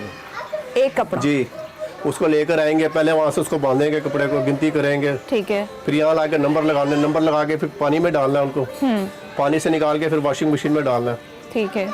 तो फिर उसको वो निकाल के मशीन से फिर इधर लेकर आना, इधर से धोना है, फिर कपड़ा पाक करना है, कपड़ा पाक करके ड्राई करेंगे, ड्राई करके फिर फुला कर। जो हौज है, एक में सर्फ वाला पानी, एक में साफ पानी है, तो इसका क्या? ये इसमें सर्फ निकाल देना हम लोग, ठीक है, ये निकल गया ना, भाई ये पीछे हमने पाक करना है कपड़े। अच्छा, आप क्योंकि धोबी घाट पे काम करते हैं तो आपको तो पता होगा कि लाहौर में और मजीद कितने धोबी घाट पहले मौजूद थे? 4-5 धोबी घाट थे ये मशहूर। एक सदर में है, एक धर्मपुरे में है, हाँ, एक ये बड़ा सांदा ये रावी के साइड पे, जहाँ सकिया पुल बन गया, पहले इधर धोबी घाट थे। लेकिन फाल जो है वो सिर्फ ये वाला यही रह गया सिर्फ, ये आखिरी धोबी घाट। जी, ये धोबी मंडी नार के लिए उधर भी था, लेकिन खत्म हो गया उधर। आप लोग यहाँ पे कपड़े धोते हैं, तो जो कपड़े इस्त्री करने का मरहला होता है वो कौन करता है? मेरी वाइफ मेरी इस्त्री करती है। तो यहाँ पे टोटल कितने धोबी मौजूद होंगे? ये तकरीबन सारे यही काम कर रहे हैं। चले, बहुत शुक्रिया। लाहौर की आबादी में बेहंगम इजाफे ने बेतरतीब आबादकारी को जन्म दिया तो सारे धोबी घाट मकानों में घिर गए। कई इलाकों की पहचान ये धोबी घाट बन चुके हैं। चंद आबादियां तो आज भी धोबी घाट के नाम से पुकारी जाती हैं। सांदा में बेरी पीर के करीब दिलकुशा पार्क में भी धोबी घाट मौजूद था और आज भी उस इलाके के बड़े इस जगह को धोबी घाट से पुकारते हैं। शकील साहब, मुझे ये बताएं कि आप कितने अरसे से इस काम से वाबस्ता हैं? कि हमारे बाप दादा शुरू से चले आ रहे, हिंदुस्तान की दिल्ली के अंदर हमारे घर थे, उसे एडजस्ट करके इधर आया, उसके बाद बने बनाई चीज़ हमें मिल गई थी ये। अच्छा, तो ये जो रकबा है, हाँ रकबा थी, ये किसका रकबा था? ये राम और बेली राम का, ये 2 भाई थे ये, और उनका घर था कि लाल मस्जिद के साथ घर था। अच्छा, जब पाकिस्तान बना उनको 2 भाई को मारे गया, एक मर गया था, उसमें एक भाग चला गया, तो अपनी कहाँ गया इसका। तो नस्ल दर नस्ल इसी जगह से वाबस्ता है? हाँ, इसी जगह से नस्ल से। और ये जितने लोग हैं ये यहीं पर सब, ये 2-3 कबीला, हमारा खलीफा कबीला है, ये इंडिया से कबीला खलीफा कबीला लगे आ रहा है। मुझे ये बताएं कि ये जो धोबी का कल्चर है, इसमें किस तरह के कपड़े आप लोग लेते हैं या किस तरह के कपड़े लेने से इनकार कर देते हैं? नहीं, हम इनकार नहीं करते, हम कारीगर हैं, हमें पता नहीं इस कपड़े को इसको सिम प्रेस देनी है, इसको जरा कम सेक लगाना है और इसका रंग उतर जाना है, तो उस हिसाब से ना कपड़े को साइड पे कर लेते हैं और हम कपड़ा कोई भी नहीं छोड़ते, हमें पता नहीं कपड़े की भी पहचान है। अच्छा, जो फैंसी कपड़े होते हैं वो भी आप लोग लेते हैं? हाँ, वो भी कर लेते हैं। अच्छा शकील साहब, मुझे ये बताएं, आप तो अपने आबाओ-अजदाद का ये काम कर रहे हैं, क्या आपकी अगली नस्ल जो है वो भी इस काम से वाबस्ता है? नहीं, वो नहीं होगी। और उसकी वजह क्या है? उसकी वजह ये है कि अब महंगाई इतनी हो गई जिसकी वजह से अब कोई दादा वो देता है कपड़ा जो उनसे नहीं इस्तेमाल होता, जो नहीं धुलता, कम्बल हो गया जैसे, या माया वाला हो गया, जैसे पर्दे हो गए, कंबल हो गए, इस तरह की चीजें ज्यादा आती हैं। आपको लगता है कि आने वाले दिनों में या आने वाले सालों में ये कल्चर जो है मजीद चल पाएगा? नहीं चलेगा। और इसकी वजह? पैसा इतना देता नहीं कपड़े की धुलाई की, तो महंगाई बहुत ज्यादा हो गई है, बत्ती पानी गैस हो गया बहुत महंगा, उसके हिसाब से पैसा नहीं गाहक को देता। शकील साहब, बहुत शुक्रिया आपके वक्त का। माजी में ये धोबी घाट अपने इलाके की पहचान हुआ करते थे, लेकिन अफसोस के साथ आज ये कल्चर अपनी आखिरी सांसें ले रहा है। Welcome back to Expresso. अब बहुत ही अहम मौजू के बारे में बात करने जा रहे हैं हम, और वो है शुगर की जो बीमारी है, डायबिटीज़, इससे आगाही और बचाव के आलमी दिन के बारे में, जो कि मनाया जा रहा है। बहुत अहम दिन है और इस दिन को जो मनाने का मकसद है वो इस मरज़ से जो पैदाशुदा पेचीदगियाँ हैं, अलामात हैं, इससे बचाव के मुतालिक आगाही फराहम करना है। इस साल जी जो डायबिटीज़ का थीम है वो है एक्सेस टू डायबिटीज़ केयर, जबकि इसका जो स्लोगन है वो है know your risk, know your response. Diabetes या शुगर एक ऐसी बीमारी है, इसके बारे में हम मुसलसल बात भी करते रहते हैं, आपकी तवज्जो भी दिलाते रहते हैं। ये बहुत सारी दूसरी बीमारियों का बाइस बन सकती है और हर साल लाखों अफराद सिर्फ शुगर की वजह से मौत के मुंह में चले जाते हैं। अगर हम थोड़ा सा स्टैट्स पे बात कर लें तो दुनिया भर में तकरीबन 537 मिलियन से ज़ायद अफराद ऐसे हैं जो कि डायबिटीज़ का शिकार हैं और अगर इसको कंट्रोल ना किया गया तो रिसर्च ये भी कहती है कि 2045 तक ये तादाद 784 मिलियन तक पहुंच जाएगी। बिल्कुल, और डायबिटीज़ के पेशेंट्स की तादाद के एतबार से पाकिस्तान का तीसरा नंबर है, जहां पाकिस्तान में 4 करोड़ से ज़्यादा अफराद जो हैं डायबिटिक हैं। शुगर की बीमारी लाख होने की वजूहात क्या होती हैं, बर वक्त एहतियात क्या है और क्या ख़तरनाक बीमारी से बचा जा सकता है और उसकी केयर क्या है, ये बहुत सारे ऐसे चीज़ें हैं जिस पर हम बात नहीं करते हैं। और बहुत सारे ऐसे लोगों को डायबिटीज़ की वजह से, ओबेसिटी की वजह से दीगर बीमारियां लग जाती हैं और खुदा न खास्ता अगर डायबिटिक आपकी बहुत ज़्यादा वर्स्ट हो जाए तो आपके जिस्म के जो आज़ा हैं उनके ऊपर भी इम्पैक्ट असरात होते हैं। आज हमने बहुत ही ख़ास शख्सियत को मदऊ किया है। हमारे साथ डॉक्टर रेहान उपल साहब मौजूद हैं, मेडिकल स्पेशलिस्ट हैं, आप इनको जानते हैं, महारत रखते हैं ख़ास तौर पे जो शुगर और इससे जो मुतल्लिका या मुल्लिका अमराज हैं। तो हमने कहा कि आपसे इस हवाले से बात की जाए। डॉक्टर साहब, thank you very much for joining us, आपके वक्त का बहुत शुक्रिया। सबसे पहले तो मैं लोगों की आसानी के लिए और ख़ुद भी समझने के लिए आपसे पूछना चाहूँगा कि ये शुगर या डायबिटीज़ है क्या और कौन सी ऐसी अलामात हैं जिनकी निशानदेही से ये पता चल सके कि ये जो मरज़ है ये शुगर का मरज़ है और ये मरीज़ शुगर का मरीज़ हो चुका है। जी इमरान साहब, बहुत शुक्रिया इनवाइट करने का। मेरा ख्याल है स्टैट्स आपको बड़े अच्छे पहले से बता दिए। अगर डायबिटीज़ की रीज़न हम देखें तो ये एक मेटाबॉलिक डिजीज़ है जिसमें इंसान का पेंक्रियाज जो है ना वो अच्छी क्वालिटी की इंसुलिन यहाँ बनाता नहीं है, यहाँ बनाना छोड़ देता है। तो आम तौर पे इसकी हम टाइप देखें तो टाइप 1 और टाइप 2। टाइप 1 वो डायबिटीज़ होती है जिसमें इंसुलिन बनी नहीं होती, प्रॉपर बन ही नहीं रही होती। टाइप 2 वो होती है जिसकी बन रही होती है लेकिन उसकी क्वालिटी अच्छी है, या उसकी क्वालिटी ना काफ़ी होती है या उसकी क्वालिटी में टिश्यू पेनिट्रेशन तक अच्छी रसाई नहीं है। तो अगर हम पाकिस्तान के स्टैट्स की बात करें, मुझे लगता है कि ये बड़ा इंपॉर्टेंट डे है डायबिटीज़ 14 नवंबर जो इंटरनेशनली ग्लोबली सेलिब्रेट किया जाता है। तो पाकिस्तान के स्पेसिफिक डायनेमिक्स को अगर हम देखें तो पाकिस्तान में ये बहुत ज़्यादा तेज़ी से फैल है। बाकी दुनिया में भी है लेकिन पाकिस्तान में हम इसको ज़्यादा एक तेज़ ग्रो करता देख रहे हैं। हमारी अब अडल्ट पॉपुलेशन अगर आप देखें तो तकरीबन कोई 12 करोड़ की हमारी अडल्ट पॉपुलेशन बनती है लगभग, और इसमें 3.5 करोड़ तकरीबन जो है जो 27% बनता है ये डायबिटिक पेशेंट है, यानी हर चौथा पेशेंट एडल्ट पॉपुलेशन में, विच इज़ अलार्मिंग। और मुझे लगता है कि इसको अभी से बहुत प्रोएक्टिव अंदाज में हमारा बल्कि नेक्स्ट नेशनल एक्शन प्लान इस पे बहुत विजिलेंट होना चाहिए ताकि हम इसको अभी से रोकें, बजाय इसके कि ये चीज़ आ जाए और डैमेज करना शुरू कर दे। तो इसके हवाले से अगर हम उस तरह देखें तो लाइफस्टाइल मॉडिफिकेशन बहुत ज़रूरी है। मैं अगर वैसे तो ये इतना बड़ा टॉपिक है, इस पे जितना भी बात की जाए बहुत थोड़ी है, लेकिन मुझे लगता है कि हम चूँकि सारी आप मीडिया के लोग, हम डॉक्टर सारे इसमें बहुत ज़्यादा मोटिवेटेड हैं और हम चाहते हैं कि हमारे ये वर्ड्स हम पब्लिक तक जाएँ आसान लफ्ज़ों में। तो इसके लिए चंद चीज़ें जो ज़रूरी हैं वो लोगों को ख्याल रखने की ज़रूरत है। पहला, हमारा जो लाइफस्टाइल ऐसा हो गया जो इनएक्टिव लाइफस्टाइल है, सेडेंटरी लाइफस्टाइल, इसको चेंज करने की ज़रूरत है। हमारी ग़िज़ा को ठीक करने की ज़रूरत है। हमारी ग़िज़ा में बहुत ज़्यादा जो प्रोसेस्ड फूड का एलिमेंट है, लो फाइबर डाइट का एलिमेंट है, इसको ख़त्म करने की ज़रूरत है। और बाकी अगर डायबिटीज़ हो जाए तो फिर तो उसको मैनेज करना, लेकिन मेरा ख्याल है कि प्रिवेंशन के ऊपर अगर हम बात ज्यादा आप सारे लोग मिलकर हम करें इस मौके के ऊपर, लाइफस्टाइल पर फोकस करने की जरूरत। डॉक्टर साहब, दूसरी जानिब आपने शुगर की टाइप्स के हवाले से बताएगा, हम चाहेंगे इसको मजीद आप एलेबोरेट करें कि कितनी इकसाम है और कौन सी जो टाइप की डायबिटीज़ है उसका इलाज मुमकिन है। और ऑब्वियसली हम इंट्रो में बात कर रहे थे कि डायबिटीज इटसेल्फ अपने साथ डायबिटीज़ बहुत सारी बीमारियाँ लेकर आती है। किन किन बीमारियों के हवाले से हम इनको आप हाईलाइट कर सकते हैं? देखिए, डायबिटीज़ वैसे तो साइलेंट किलर के तौर पर हम इसको देखते हैं, और इनिशियली जिस टाइम पे मैं मेडिकल कर रहा था तो उस टाइम पे ये कहते कि ये अमीर लोगों की बीमारी है, लेकिन अब 1 in 4 मीन्स के इतने ज़्यादा लोग इफेक्ट हो गए हैं, तो इसको समझने की ज़रूरत है। जहाँ तक इसकी टाइप की बात है, जो पहले मैंने बताया था कि टाइप 1 डायबिटीज़ वो है जिसमें इंसुलिन बन ही नहीं रही। अच्छा, उसमें हमने इंसुलिन इंजेक्ट करनी होती है पेशेंट को, क्योंकि लबलबा जो है ना वो इंसुलिन बना ही नहीं रहा होता। अच्छा, टाइप 2 डायबिटीज़ वो है जिसमें लबलबा इंसुलिन बनाता है, लेकिन वो या तो जिस्मानी ज़रूरियात के मुताबिक नहीं होती या उसकी क्वालिटी अच्छी नहीं होती। अब दोनों का इलाज डिफरेंट है। जो दूसरी किस्म है जो कॉमन है, जिसको हम टाइप 2 डायबिटीज़ कहते हैं, वो हमारी मेजॉरिटी लोगों के अंदर हमें वही नज़र आ रही होती है। बच्चों के अंदर अक्सर हमें टाइप 1 डायबिटीज़ नज़र आ रही होती है, बड़ों में हमें टाइप 2 डायबिटीज़ नज़र आ रही होती है। और टाइप 2 डायबिटीज़ की कॉम्प्लिकेशन की जो अगर हम बात करें तो उसमें मल्टीपल ऑप्शंस अगर हम देखते हैं, सिस्टम आपके हार्ट मुतासर होता है, आपका नर्वस सिस्टम मुतासर होता है, आपकी आइज पे इफेक्ट आते हैं, आपकी तकरीबन पूरे जिस्म के सारे ऑर्गन्स के ऊपर, क्योंकि ये एक मल्टी ऑर्गन डिजीज़ है जो साइलेंट किलर के तौर पर जब हमारे एक लंबे अरसे तक शुगर के कंट्रोल बुरे रह रहे हों तो हमारे आहिस्ता आहिस्ता टिश्यूज़ तक जो खून की रसाई है, ऑक्सीजन की रसाई है और इम्पोर्टेंट न्यूट्रिएंट की रसाई है खुलियों तक खून के, वो नाकाफ़ी होना शुरू होती है।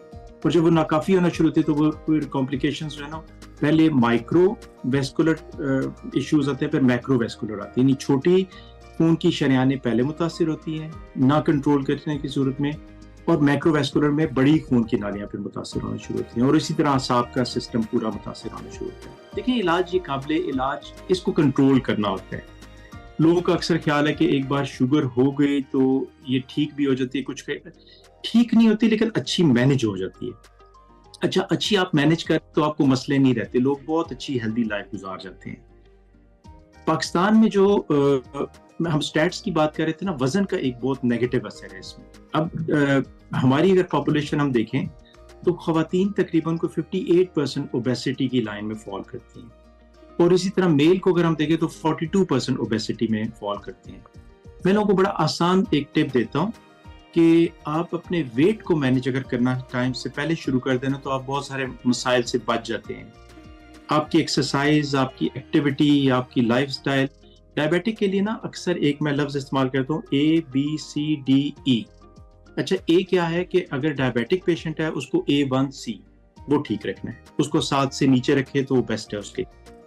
B ब्लड प्रेशर, अगर उसका ब्लड प्रेशर है तो वो 140/90 या उससे नीचे रखे, उससे ऊपर ना जाने दें। C इज कोलेस्ट्रोल, कोलेस्ट्रोल को कंट्रोल में रखें। D is diet and E is exercise. ये बड़ा सिंपल सा लोगों के लिए समझने के लिए आसान होगा। अच्छा, ये उन लोगों के लिए जो डायबिटिक हैं उनके लिए तो जरूरी है कि वो शुगर लेवल्स को देखें, जो डायबिटिक नहीं है उनके लिए भी ठीक मेरे नजदीक यही तकरीबन लाइन डायरेक्शन बनती है। राइट, डॉक्टर साहब, ये बड़ी इन्फॉर्मेटिव बातें जो आप करें। एक तो मैं जरा थोड़ा आम आदमी के समझने के लिए, रोजमर्रा जिंदगी में ऐसी कौन सी गलतियां हैं जो हम मुसलसल कर रहे होते हैं और हमें इसका एहसास नहीं होता कि हम शुगर के और करीब होते जा रहे हैं, हम शुगर की जानिब जाते जा रहे हैं, उस बीमारी का शिकार हो रहे हैं। क्या कुछ ऐसी मिस्टेक्स को पॉइंट आउट कर पाए आप जिससे आम आदमी को मदद मिले ये बात समझने में? हमारे पास 2 वजूहत होती हैं। एक हमारी है जेनेटिक मेकअप, हमारी जीन्स में। देखें, एक फैमिली, मेरे अगर पेरेंट्स को डायबिटीज है तो मुझे पहले से ही एक विजिलेंट अपना जिंदगी का अंदाज रखना चाहिए। ये अगर हम अप्रोच एक सारे लोग शुरू कर देना तो बहुत बड़ा फर्क आएगा। ये एक जेनेटिक एलिमेंट होगा। फिर दूसरा आता है एक्वायर्ड। हम लाइफस्टाइल के ऊपर बात करते हैं। लाइफस्टाइल में हमारा अब ग़िज़ा बहुत ज़्यादा प्रोसेस फूड पे चली गई है। प्रोसेस फूड से निकलना एक इम्पॉर्टेंट हिस्सा होगा। हाई फाइबर डाइट पे रहना और अपनी एक रेगुलर मतवाजन ग़िज़ा के साथ साथ एक अच्छी फिजिकल एक्टिविटी। मैं अक्सर लोगों से कहता हूँ, अगर आप 10,000 स्टेप्स की आदत बना लेना, जो कि तकरीबन 7-8 किलोमीटर बनती है डेली बेसिस पे, तो आप डायबिटीज में बहुत ही कम चांसेस होते हैं कि आप आए। और मीठा, शुगर, देखिए हमारे टी के कितने सेशंस होते हैं, ऑफिस के अंदर होते हैं, सोशल गैदरिंग में होते हैं। हम उसमें टी के अंदर अगर शुगर की क्वांटिटी को देख लें, ये हिडन कैलोरीज हैं, हमें नजर नहीं आ रही होती। रोटी खाने के साथ अगर हम साथ कोई कार्बोनेटेड ड्रिंक्स ले लेते हैं, फिजी ड्रिंक्स ले लेते हैं, वो अगेन एडेड कैलोरीज हैं जो हमें नजर नहीं आ रही होती। सो अगर हम एक कैलोरीज काउंट को कंट्रोल कर लेना, इंसान की जो जरूरियात होती है ना, जो अर्ली लाइफ का टाइम है, उसमें ग्रोथ की जरूरत है, उसमें चीजें हम ज्यादा भी ले लेते हैं।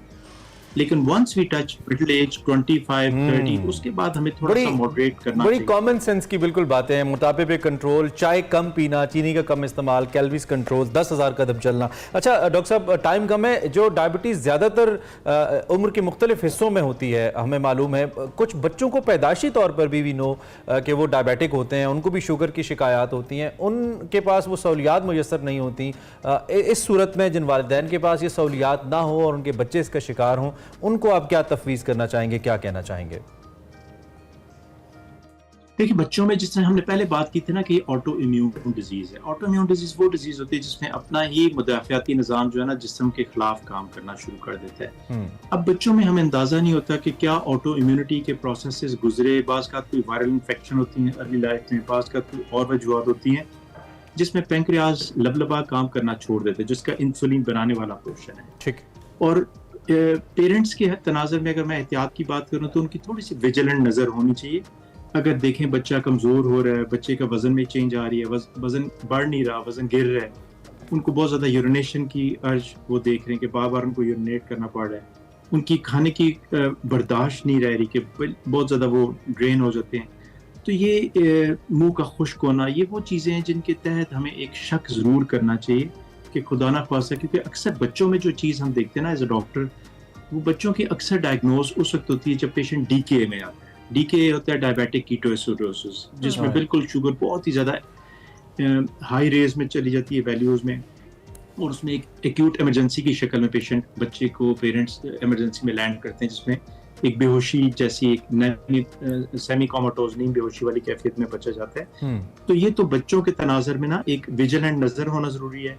ग़िज़ाई एतबार से अगर हम देखें तो वही प्रोसेस ग़िज़ा जो हमने बात की है, वो बच्चे आजकल ज़्यादा उसके ऊपर हैं। हमें ज़्यादा एज अ पेरेंट हमें ज़्यादा ख्याल करना चाहिए कि वो उस तरह की चीज़ों में ना जाएं। फिर उनकी इनएक्टिविटी आजकल मैं देखता हूँ, जब से ये मोबाइल का और कोविड के बाद अनफॉर्चुनेटली हमारी एक्टिविटीज़ बड़ी स्लगिश हो गई हैं। ये इंश्योर करें कि पार्क्स में जाएं। हमारे टाइम में आप देखें इमरान साहब, हम बहुत ज़्यादा पार्क्स में एक्टिव लाइफस्टाइल गुजारते थे, जो लाइफस्टाइल को चेंज करें। आपका ज़्यादातर डॉक्टर साहब हमने जितना बात से समझा है कि हमारी लाइफस्टाइल में अगर चेंजेस होंगी तभी हम इन चीज़ों को अवॉइड कर सकते हैं। इन द एंड डॉक्टर साहब, ये तो आपने प्रिवेंशन बता दी, लेकिन अगर किसी को डायबिटीज़ हो चुकी है या वो अलामात उसको ज़ाहिर हो चुकी हैं, तो इस सूरत हाल में हम ज़रूर चाहेंगे इन द एंड आप उनको कुछ तफवीज़ करें। पहली ये चीज़ है कि हमने प्रिवेंशन की बात की। अब अगर हो जाए जिस तरह, तो उसमें वो A1C जो मैंने ABCD की बात की थी ना कि HbA1c एक ऐसा टेस्ट है जो कि 3-3 महीने बाद हमें एक एवरेज शुगर के बारे में बताता है, उसको देखना चाहिए।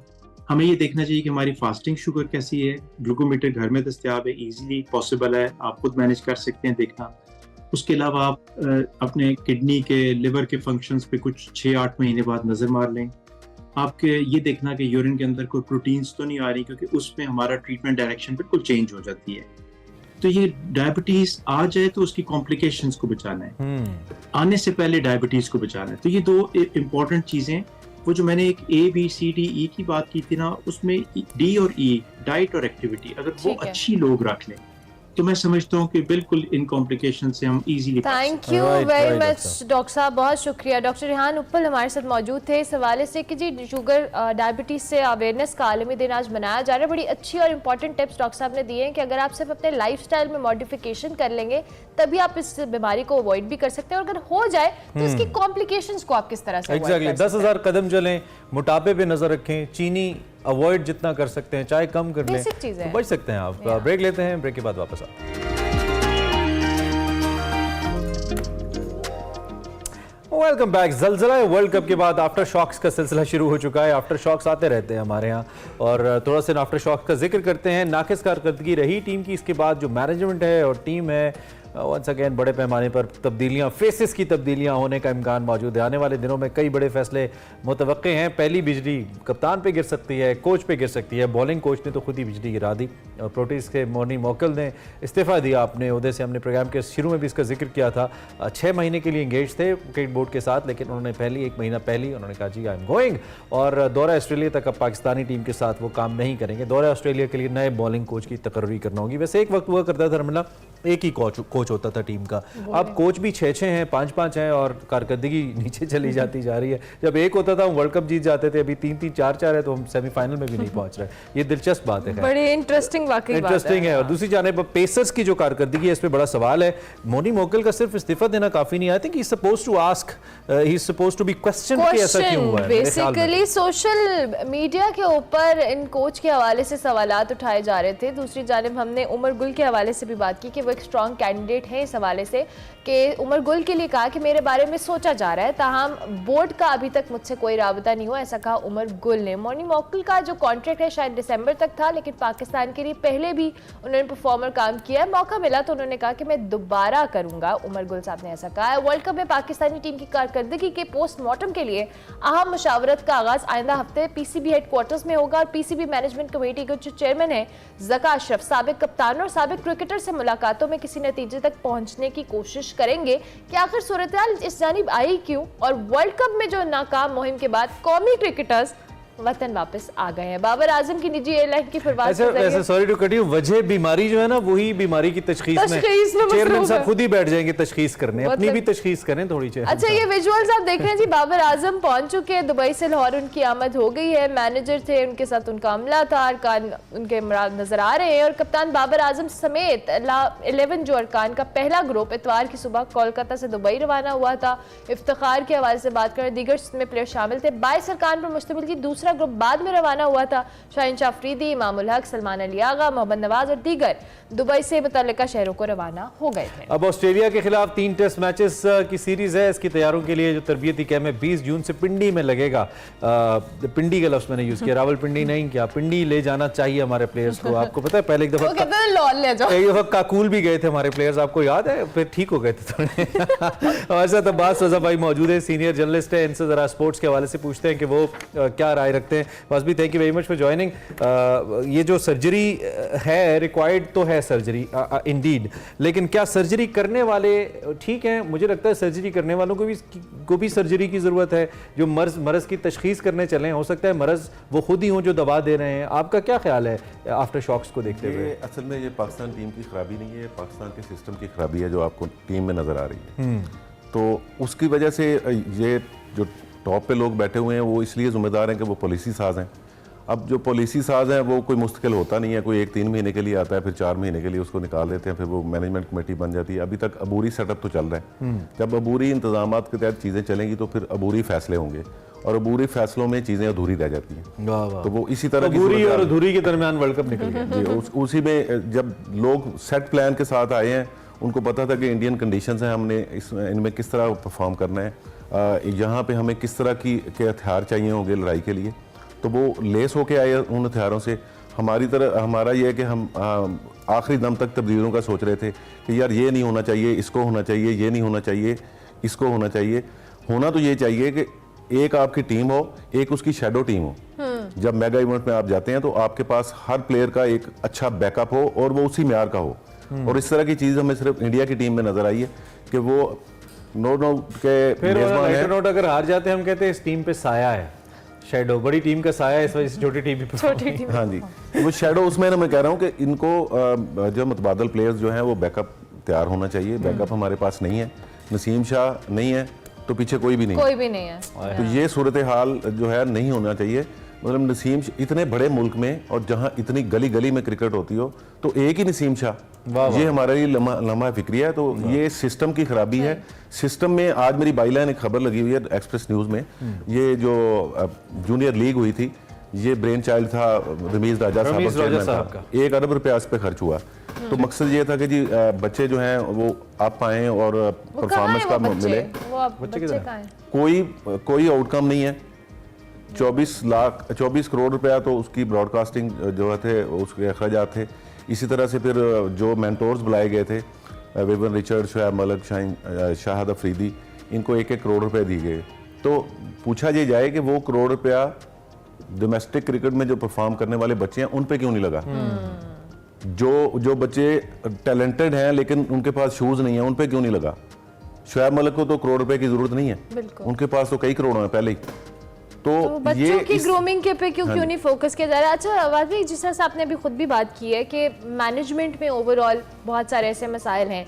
अभी ये जो कप्तान के हवाले से बातें आ रही हैं, अभी जो बॉलिंग कोच ने रिज़ाइन किया है, हम इंटरनेशनल कोचेस के ऊपर बहुत सारे साबिक क्रिकेटर्स पहले एतराज़ उठाते हैं कि इतने इतने हम कोचेस को लाते हैं और उस तरह से आउटपुट नहीं है। तो इस जो रेजिग्नेशन है इसको आप किस तरह से देखते हैं, और आइंदा आने वाले दिनों में उमर गुल साहब के हवाले से कहा जा रहा है कि वो एक स्ट्रॉन्ग कैंडिडेट है। आफ्टर शॉक्स इसी को कहते हैं कि जब भी कोई टीम हारती है, कोई 20-21 साल से तो स्पोर्ट्स जर्नलिज्म में मैं भी हूं, तो मैं देख रहा हूं कि हर मेगा इवेंट के बाद इस तरह के आफ्टर शॉक्स आते हैं। कुर्बानी के बकरे तलाश करते हैं हम कि इस पे डाल दो, उस पे डाल दो।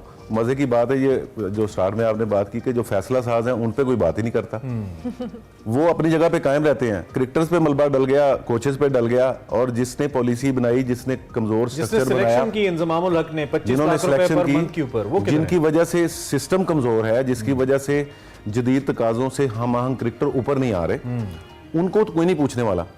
तो उनको भी पूछना चाहिए, और ये ओवरहालिंग की पूरे सिस्टम में जरूरत है। वो चीजें फिर नीचे आएंगी, ट्रांसफर होंगी वही चीजें। अगर वो पॉलिसी बेहतर होगी, आप टैलेंट पे जाएंगे। पाकिस्तान में टैलेंट की कमी नहीं है, प्लेयर्स गली गली में आपको मिल जाएंगे। बाद बच्चों को मैं ऐसे खेलते हुए देखता हूँ, सड़क पे खेलते हुए देखता हूँ, तो मैं कहता हूँ यार कितना बैट सीधा इसका। तो ये कोचेज को नहीं पता चलता, कोचेज जो है हम लाते हैं गैर मुल्की। अच्छा, हम हर दफा फिर ये भी बात टीवी स्क्रीन पे बैठ के सिस्टम तब्दीली, कौन है सिस्टम, किसको तब्दील करें, फिर कौन करे तब्दील इस सिस्टम को? ये सिस्टम तो जाहिर है ये Who's the chief engineer who will change this whole chief engineer. ये सिस्टम सिर्फ क्रिकेट का सिस्टम नहीं है, ये पाकिस्तान का सिस्टम है जो ट्रांसलेट होता है नीचे तक। तो जब पाकिस्तान में हर चीज में अनसर्टन है, जी पाकिस्तान में जब चीजें अनसर्टन हैं तो वो चीजें पॉलिसी वाइज नीचे ट्रांसलेट होंगी। Let's make it more straight Abbas भाई, चेयरमैन क्रिकेट बोर्ड तब्दील होना चाहिए। चेयरमैन क्रिकेट बोर्ड तो वो है ही नहीं, वो तो पीसीबी मैनेजमेंट कमेटी के चेयरमैन। फैसला साज तब्दील होने चाहिए, आप ये कह रहे हैं? तो वो फैसला साज जो है तब्दील हों, और फैसला साज जो है वो मुस्तकिल हों, और वो जवाबदेह हों। अच्छा, सियासी पार्टी के साथ बदल के ना आए। ये बड़ा अच्छा पॉइंट आप, मैं इसी तरफ आ रहा था कि इसी को फिर आगे बढ़ा लेते हैं कि फैसला साज तब्दील हों, जो अगले आएंगे वो अगले वजीर आजम की मर्जी से आ जाएंगे, चाहे वो केयर टेकर है, आने वाले वजीर आजम है। तो आप समझते हैं कि कोई मैकेनिज्म भी आना चाहिए कि जी क्रिकेट बोर्ड का जो चेयरमैन है वो किसी की जाती चॉइस पे ना आए, चाहे वो वजीर आजम कोई भी हो? क्या ऐसा कोई सिस्टम आना चाहिए जिससे तब्दील होगा? आईसीसी की तरफ से बातें खोल के तो करें ना, हम तो दबे लफ्जों में बातें करते हैं। मैं खुल के करूंगा, आज बनती भी हैं। तो ये है कि जमहूरियत लाने का जो टास्क आईसीसी की तरफ से पीसीबी को मिला था कि जी जमहूरी बोर्ड होना चाहिए। उस जमहूरियत की आंखों में जो धूल हम पाकिस्तान ने झोंकी है, इस तरह दुनिया के किसी और मुल्क ने नहीं झोंकी। इसलिए कि वो कहते हैं कि डेमोक्रेटिक सेटअप हो, रीजन्स से ऊपर जो लोग आते हैं वो रीजन से आके ऊपर चेयरमैन को इलेक्ट करें। तो रीजन्स में से जो क्रिकेट के साथ काम करने वाले ऑर्गेनाइजर्स हैं, जो क्लब सतह से लोग ऊपर आते हैं, उन लोगों को चेयरमैन बनने का मौका भी हो।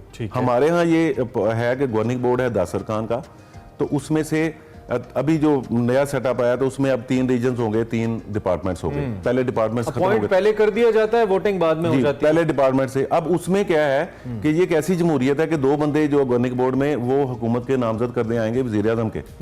जब हुकूमत के नामजद करदा आएंगे तो किसकी मजाल है कि वो उनके खिलाफ वोट दें? ये यकीन मानिए ये बिल्कुल वैसे जैसे हमारी सियासी पार्टियों में इलेक्शंस होते हैं ना, हमारी सियासी पार्टियों में इलेक्शंस होते हैं, उसमें जो बड़े बड़े लीडरान है ना, पार्टी सरबराहान है, वो ऐसे ही इलेक्ट होते हैं, बिला मुकाबला हो जाते हैं। तो यहाँ पे भी यही कुछ हो रहा है। तो ये है कि सियासी पार्टी बना दिया गया। तो कभी मैंने तो अपनी लाइफ में नहीं देखा कि हुकूमती नामजद रुकन के अलावा कोई मुंतखब हुआ हो। तो वो जो 2 हैं उनमें से भी एक डमी होता है और उसको बताया जाता है कि यू आर डमी। अच्छा, अभी तो ये मैनेजमेंट की हम बात करें, अब जो बेचारा जो मलबा पूरी टीम के ऊपर आना है, ऑब्वियसली बेचारा हम इसलिए कह रहे हैं क्योंकि जाहिर है जिनको हमने ब्लेम करना है उनको हम कर नहीं पाते, और फिर सारा मलबा हम क्रिकेटर्स पे डालते हैं, चाहे वो कप्तान हो या दीगर प्लेयर्स हो।